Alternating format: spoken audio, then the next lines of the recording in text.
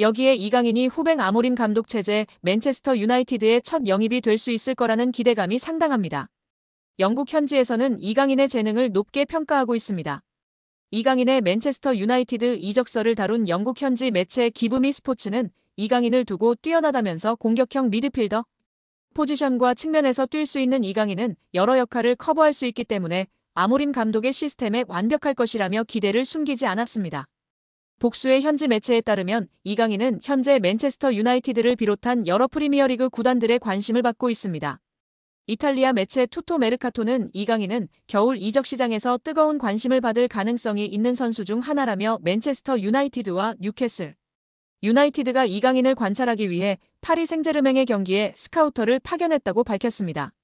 또한 스페인 유력지 렐레보 소속이자 이강인의 이적 사가가 한창이던 지난 2023년 공신력 높은 소식으로 이강인과 관련된 보도를 속속히 냈던 마테오 모레토 기자도 이강인이 다수의 프리미어리그 구단들로부터 관심을 받고 있다고 인정했습니다. 모레토는 PSG는 이강인을 겨울 이적 시장에서 매각할 의사가 전혀 없지만 여러 구단들은 끊임없이 이강인에게 구애의 메시지를 보내고 있다면서 투토 메르카토의 주장과 마찬가지로 뉴캐슬 유나이티드와 맨체스터 유나이티드가 이강인에게 관심을 보이는 중이라고 이야기했습니다. 미켈 아르테타 감독을 선임한 이후 젊은 선수들을 중심으로 팀을 구축해 이 시즌 연속 맨체스터 시티에 이어 프리미어리그 준우승을 차지하는 등 최근 몇 시즌 동안 프리미어리그에서 인상적인 흐름을 보여주고 있는 아스널 역시 이강인 영입 전에 가세했습니다. 글로벌 스포츠 매체 디 애슬레틱의 맥 니콜라스는 아스널의 1월 겨울 이적 시장 플랜에 대한 내용을 다루면서 아스널이 이강인을 주시하고 있다고 설명했습니다. 다만 니콜라스는 이강인이 새로운 도전에 대해 열려있다면서도 PSG는 경기장 안팎에서 이강인을 높게 평가하고 있기 때문에 그를 매각하는 걸 고려하지 않는 중이라는 설명을 덧붙였습니다. 표면적으로만 보면 이번 시즌 리그 테이블 2위 자리에서 리버풀의 뒤를 맹추격하고 있는 아스널로 이적하는 그림이 더 나아 보이지만 현지에서는 강등권과의 승점 차가 단 7점에 불과한 13위 맨체스터 유나이티드로 이적하는 것이 이강인에게 어울릴 거라고 생각하는 듯합니다. 영국 매체 기브미 스포츠는 맨체스터 유나이티드는 1월 이적 시장 기간 동안 PSG의 공격수 이강인을 영입하고 싶어하는 프리미어리그의 두 구단 중 하나라며 알레한드로 가르나초와 마커스 레시퍼드의 인기가 크게 떨어지면서 후배 아모림 감독은 새로운 공격 옵션을 찾고 있으며 이강인이 완벽한 선택이 될 수 있다면서 이강인이 맨체스터 유나이티드에 어울리는 영입이 될 수 있을 거라는 의견을 냈습니다. 매체는 맨체스터 유나이티드가 이강인을 원하는 이유를 설명하면서 공격수 이강인은 진정한 재능이라며 뛰어난 이강인은 PSG에 합류한 이후 다양한 포지션에서 다재다능함을 보여줬다. 그는 공격형 미드필더로 뛸 수 있는 것은 물론 측면에서도 뛸 수 있어 여러 역할을 커버할 수 있기 때문에 아모림 감독의 시스템에 완벽할 것이라고 했습니다.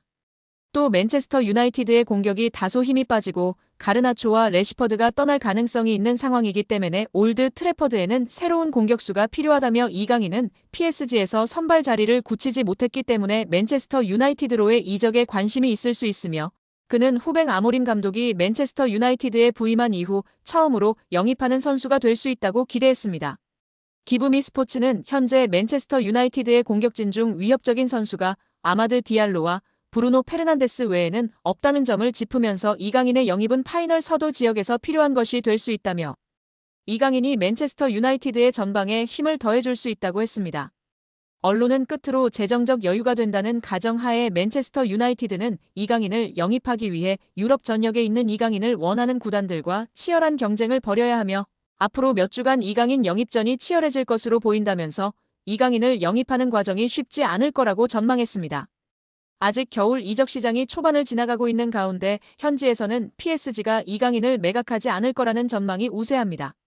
프랑스 유력지 레퀴프 소속 로익 탄지는 이강인이 PSG 내부적으로 높은 평가를 받고 있다며 구단이 시즌이 한창인 겨울 이적 시장에서 팀의 주요 선수를 내보낼 가능성이 낮다고 이야기했습니다. 특히 PSG는 이번 시즌 프랑스 리그앙 우승은 물론 유럽 축구연맹 챔피언스리그 대권에도 도전하고 있어 핵심 전력으로 꼽히는 이강인을 매각할 가능성이 낮다는 이야기인데요. 그러나 스페인 매체 피차에스는 이강인의 프리미어리그 이적설은 전하면서 PSG는 4천만 유로 약 601억 원의 이적료라면 이강인에 대한 제안을 받아들일 수 있다고 주장했습니다. 피차에스는 지난 9월에도 PSG가 6천만 유로 약 902억 원에서 7천만 유로 약 1,052억의 제안이라면 이강인을 매각하는 걸 고려할 수 있다고 주장했던 매체입니다. 여기에 이강인이 다수의 잉글랜드 프리미어리그 구단들의 관심을 받으면서 몸값이 천정부지로 치솟고 있습니다. 1,000억 원을 돌파할 가능성이 점쳐지면서 아시아 선수 최고 이적료를 갱신할 수 있을지 관심이 모아지는데요. 현재 아시아 선수 최고 이적료 기록은 김민재가 나폴리에서 바이에른 뮌헨으로 이적했을 때 발생한 5천만 유로, 약 750억 원입니다. 당시 이 금액은 아시아 선수로는 파격적인 금액이었습니다.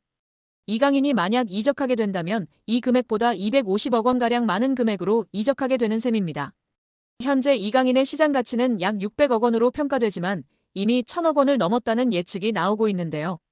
프랑스 풋메르카토는 과거 EPL팀이 이강인의 이적을 위해 파리 생제르맹에 7천만 유로, 약 1,046억 원의 이적료를 제시했다고 전했습니다.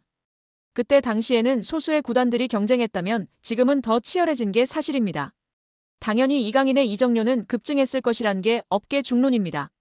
현재로서 이강인과 연결된 구단은 아스널, 맨체스터 유나이티드, 아틀레티코 마드리드, 뉴캐슬 유나이티드, 노팅엄 포레스트, 토트넘 등이 있습니다.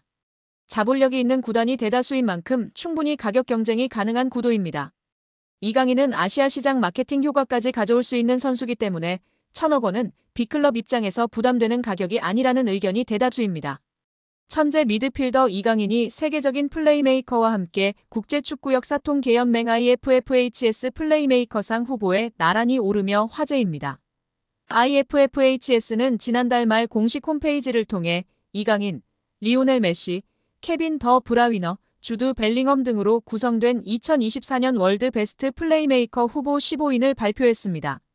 월드 베스트 플레이메이커상은 통계연맹이 2006년부터 매년 세계 축구를 빛낸 최고의 플레이메이커에게 수여하는 상으로 수상자에겐 황금공 트로피가 수여됩니다. 세계 축구 전문가의 투표로 최종 수상자를 선정하며 통상 연말에 수상자를 발표하는데요. 역대 수상자 면면은 화려합니다. 메시가 통산 최다인 5회 수상했고 사비 에르난데스가 4회, 더 브라위너가 3회, 안드레스 이니에스타가 2회 수상하며 메시의 뒤를 이었습니다. 지네딘 지단, 카카, 토니 크로스, 루카 모드리치 등이 한 차례씩 수상했습니다. 더 브라위너는 지난해 시상식에서 181점을 받으며 100점을 받은 메시를 81점 차로 따돌렸습니다. 베르나르도 실바가 78점으로 3위에 올랐습니다. 시즌별로 가장 창의적인 플레이를 펼친 선수들에게 트로피가 주어졌는데요. 이런 전설들이 수상한 플레이메이커상 최종 후보에 이강인이 뽑힌 것만으로 큰 의미가 있다는 평가입니다. 통계연맹은 최근 2시즌 이강인이 공격 포인트뿐 아니라 프랑스 리그1과 유럽 챔피언스 리그에서 선보인 드리블 돌파 찬스 메이킹 등의 능력을 높이 평가한 것으로 보입니다. 이강인은 올 시즌 챔피언스 리그에서 키패스 11개를 기록하며 전체 공동 4위를 질주하고 있는 상황입니다.